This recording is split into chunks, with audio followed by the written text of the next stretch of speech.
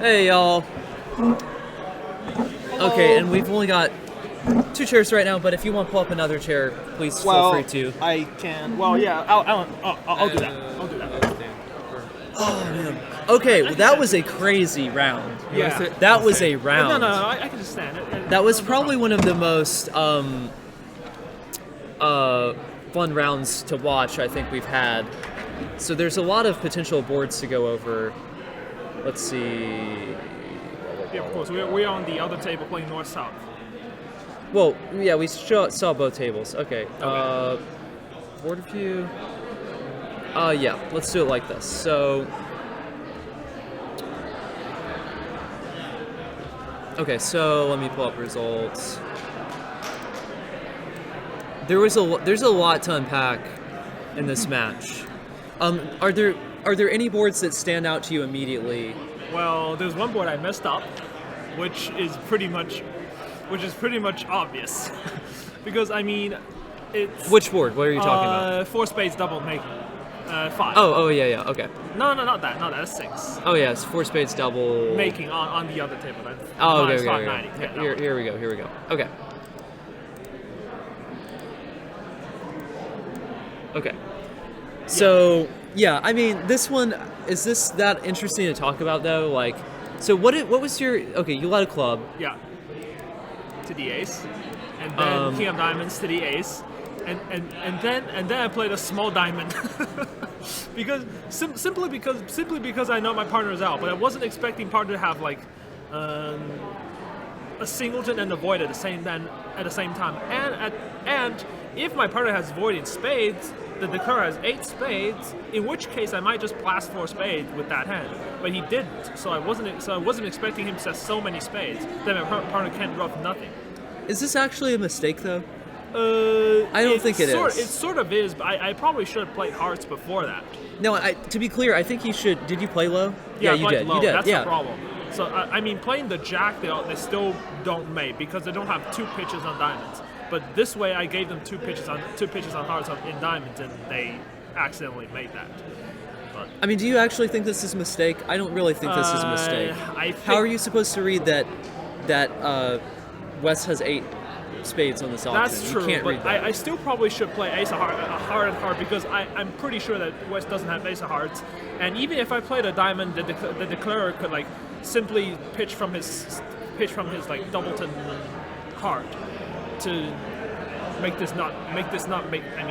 difference. So I mean, I guess I should cash 2 hearts and then play a diamond, and I think that's more profitable, if not a mistake.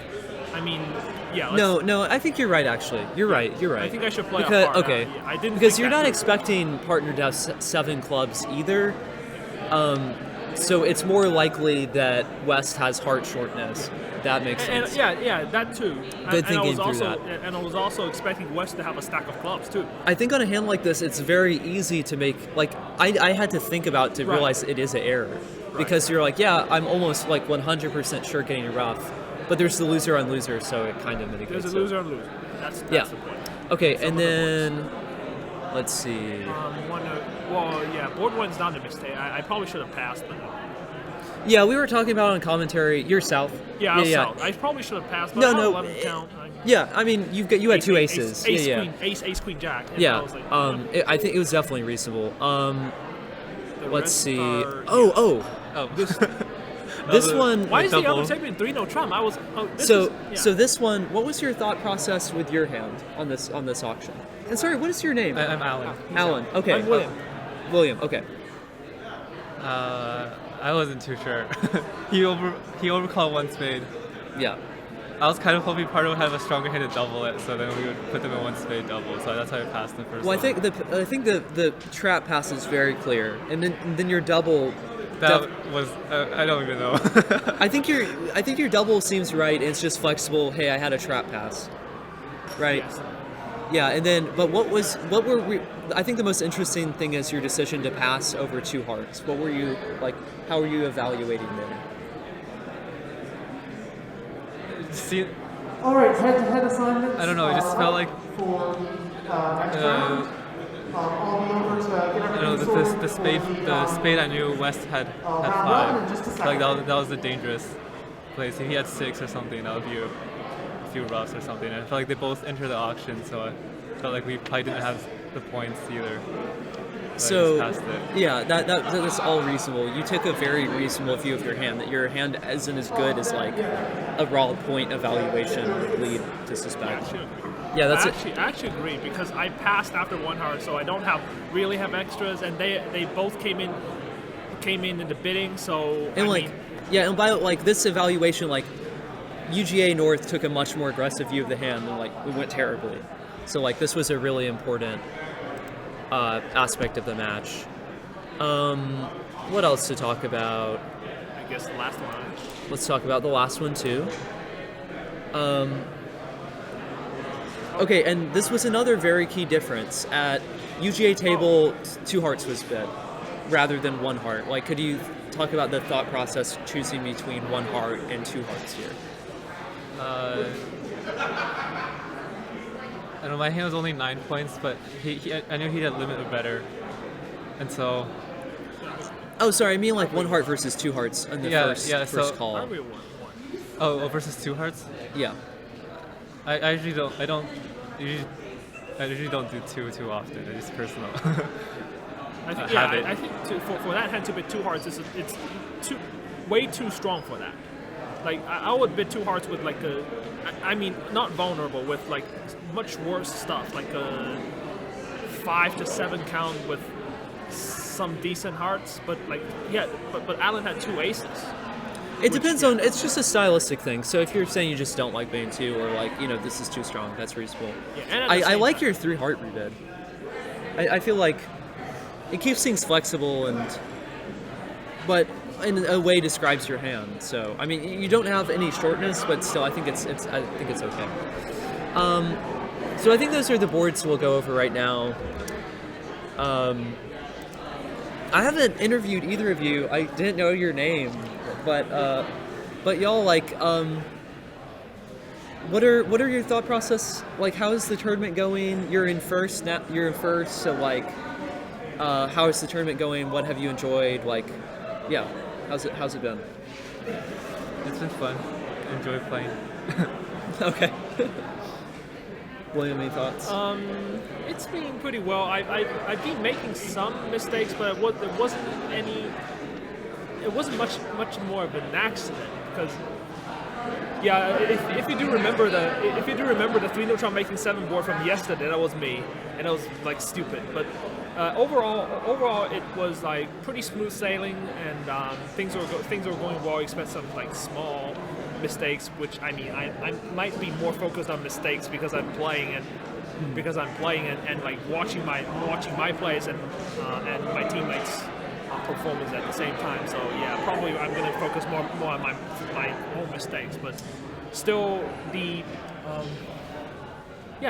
things are going quite well, and we're expecting to perform even better in the next 2 rounds, which is going to be the last 2, and yeah, we hope we can be the top team. So, how long have y'all been playing bridge? I forget the summer before my senior year of high school, but I didn't really play too much until like last year. Okay. Yeah, so personally, my situation is I'm more like Vincent, because I saw her interviewed yesterday, and my situation is basically the same. He so played with his grandparents? No. Well, he started like 10 years ago. Yeah, I started in 2013, which is like 10 years ago too. And like I started in middle school back in China, and we played with a bunch of classmates. And then in high school, I changed to another high school, of course. And then there was nobody playing bridge, so I dropped a little bit. But I was still playing on my phone with a decent robot, which is much better than the BBO robot, I have to say. But that's not a high bar. Well, that's not a high bar to get over. It's much better than the BBL robot, I have to say, because it's teaching me a lot about like my mistakes in playing bridge, and then here comes the Georgia Tech Bridge Club, and I'm here actually playing bridge again. So I have this is a pretty broad question, but I'm interested in the bridge scene in China. Mm-hmm. Like what could you just tell us a little bit about it? Well, it's not. Because I haven't been playing against like Chinese players for a while. Because last time I played a tournament in China was 2017, and there was a school who performed very well because they train like two sessions each week, and they have like better training. But for us, it's going to be weekly training and like 3 hours each. That's not going to be a lot of boards.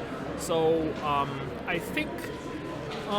Because of the development of a robot there, which I used, that improved my card play and bidding a lot.